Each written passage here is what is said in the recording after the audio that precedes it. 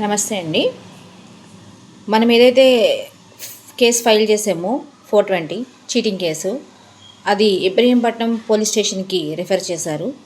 వాళ్ళు మళ్ళీ enquiry start చేశారు. ఇవాళ మార్నింగ్, నిన్న సాయంత్రం కూడా నాకు కాల్ చేశారు. ఈ కేసు మళ్ళీ ఇన్వెస్టిగేషన్ మొదలుపెట్టారు. మనీ రికవరీ చేయడం విషయం కాదు, వాళ్ళని అరెస్ట్ చేయడం అనేదే మెయిన్ మోటో అని చెప్పాను. మనీ కోసం కాదు, మనీ ఇప్పుడు కాకపోతే రేపు సంపాదించుకుంటాం. బట్ ఇలాంటి చీటర్స్ సమాజంలో తిరగడం వల్ల రోజుకి 2, 3, 4, 10 మందిని కూడా ఏమార్చి డబ్బులు తీసుకొని జాబులు ఇవ్వకుండా హోప్స్ నాశనం చేసి బతకాలని నాశనం చంపేస్తూ ఉంటారు. కాబట్టి నేను ఇదే చెప్పాను. మళ్ళీ కూడా కానిస్టేబుల్ కాల్ చేసి ఇదే చెప్పాను. వాళ్ళు నన్ను పిలుస్తాము అన్నారు, ఇంకా పిలవలేదు. పిలిస్తే వెళ్ళి చెప్తాను. చెప్పి ఏం జరిగింది ఏంటి అనేది మళ్ళీ చెప్తాను.